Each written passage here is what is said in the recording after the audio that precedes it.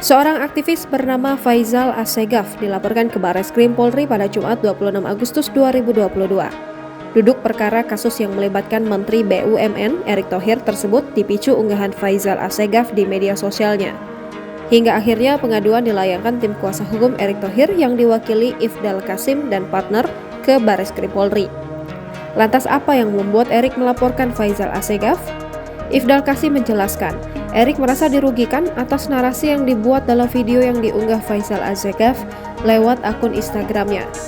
Dugaan fitnah itu dilakukan, kata Ifdal, setelah Faizal Assegaf memberikan naskah tambahan atas video pernyataan kuasa hukum Brigadir Nofriansyah Joshua Huta Barat alias Brigadir J. Kamarudin Simanjuntak. Dalam video itu dimuat narasi tambahan kalau Erick Thohir memiliki banyak istri. Selain itu, ada narasi anak pertamanya tidak mendapatkan biaya pendidikan. Padahal, kata Ifdal, video pernyataan Kamarudin Simanjuntak itu hanya berisi tudingan terhadap Dirut Taspen yang menurut pengacara tersebut mengelola dana capres sebesar 300 triliun rupiah. Kamarudin tidak menyebut nama Erick Thohir. Namun, kata Ifdal, Faizal menambahkan narasi dalam video itu dengan tulisan berisi fitnah kepada Erick Thohir. Kendati demikian, Ifdal lebih lanjut menjelaskan aduan yang dilayangkan pihaknya belum sepenuhnya diterima Barreskrim Polri.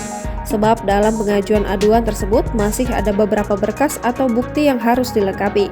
Aduan tersebut mempersangkakan Faizal Assegaf dengan pasal 27 ayat 3 dan pasal 28 ayat 2 Undang-Undang Republik Indonesia Nomor 11 Tahun 2008 tentang Informasi dan Transaksi Elektronik sebagaimana telah diubah dengan Undang-Undang Republik Indonesia Nomor 19 Tahun 2016 tentang perubahan atas Undang-Undang Nomor 11 Tahun 2008 tentang Informasi dan Transaksi Elektronik.